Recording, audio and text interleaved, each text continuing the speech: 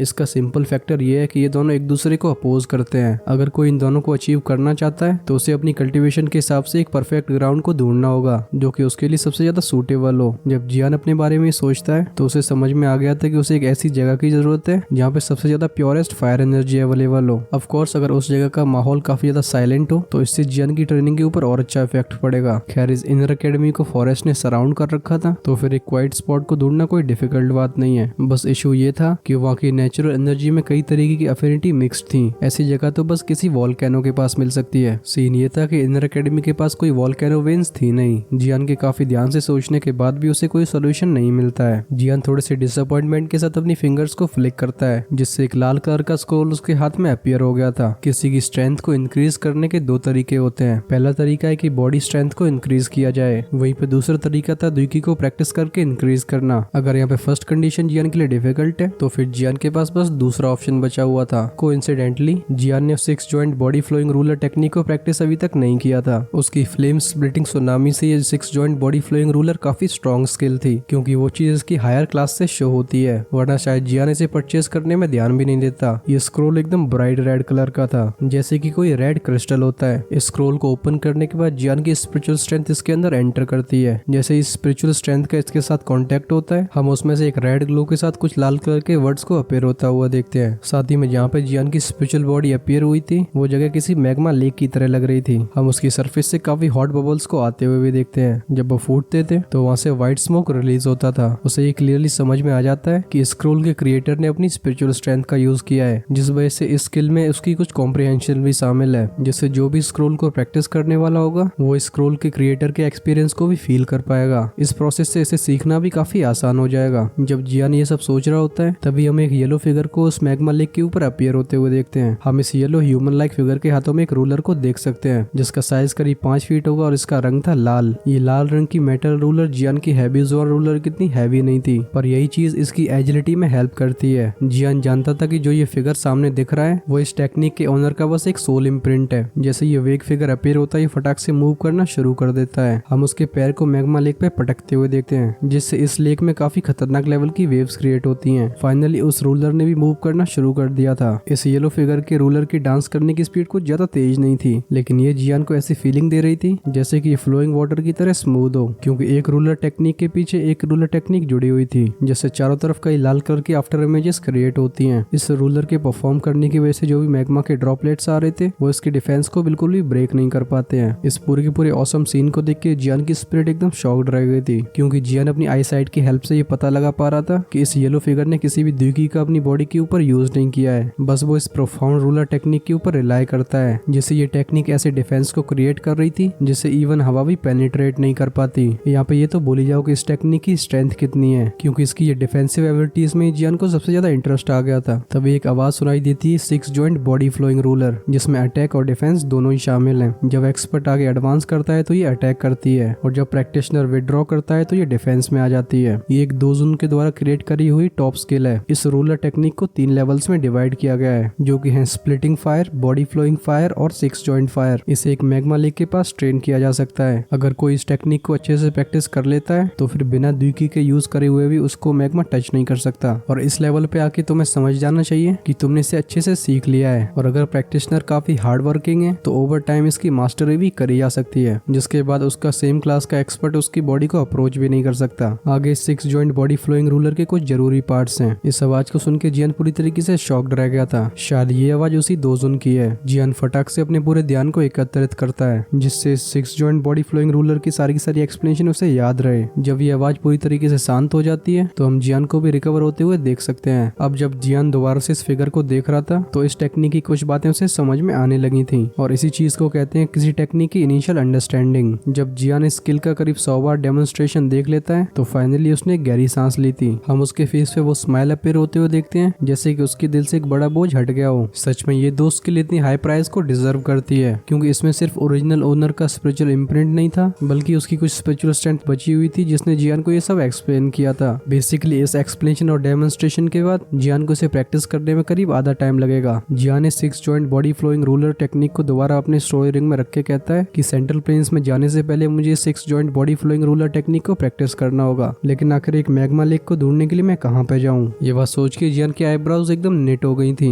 तभी जियान को कुछ याद आता है और हम उसके चेहरे पे एक जॉय को फ्लैश होते हुए देखते हैं। जियान कहता है ब्लेजिंग स्काई की टावर के नीचे, क्योंकि जहाँ तक मुझे याद है वहाँ पे एक मैग्मा वर्ल्ड है। जब जियान वो टाइम याद करता है जब उसे अंडरग्राउंड में 2 सालों के लिए स्लम्बर में जाना पड़ा था। बेसिकली फॉलन हार्ट फ्लेम को एब्जॉर्ब करने के लिए वो डीप स्लीप में चला गया था। ये सोच के हम जियान की आंखों को फ्लिकर होते हुए देखते हैं क्योंकि वहाँ पे जो फायर एनर्जी है वो काफी ज्यादा प्योर है। अगर जियान वहाँ पे कम टाइम के लिए भी ट्रेन करता है तब भी उसकी स्ट्रेंथ में एक बड़ा इंक्रीज आएगा। जियान कहता है मैं तो उस प्लेस के बारे में भूल ही गया था। खैर अब ये बात तो क्लियर हो चुकी है कि जियान उस मैग्मा वर्ल्ड में वापस जाने वाला है जहाँ पे कई सरप्राइजेस जियान का वेट कर रहे हैं। इस मैग्मा वर्ल्ड का BDTH की स्टोरी में एक बहुत बड़ा रोल है। ऑफ कोर्स यहाँ पे कुछ ज्ञानी लोगों को पता होगा पर प्लीज कमेंट्स में स्पॉइल मत करना। खैर तुम्हें ये एपिसोड कैसा लगा है कमेंट्स में जरूर बताना। साथ ही में तुम अपने सजेशंस को भी शेयर कर सकते हो और अगर तुम्हें मेरा काम पसंद आ रहा है तो तुम चैनल को ज्वाइन करके मुझे सपोर्ट कर सकते हो। ऐसा करने से आपको आगे आने वाले वीडियोस की अर्ली एक्सेस भी मिल जाएगी जिससे आप एपिसोड के रिलीज होने से पहले ही उन्हें देख पाओगे। खैर इस इन्फॉर्मेशन को शेयर करने का सजेशन भी मुझे कमेंट से ही मिला था तो मैंने ये कर दिया। अगर इससे पिछले वाले एपिसोड को नहीं देखा है तो लेफ्ट साइड में क्लिक करके देख सकते हो और आपको नेक्स्ट एपिसोड राइट साइड में अवेलेबल करवा दिया जाएगा। तो फिर मिलते हैं वीडियो के इस बार, तब तक के लिए स्टे सेफ एंड टाटा बाय बाय।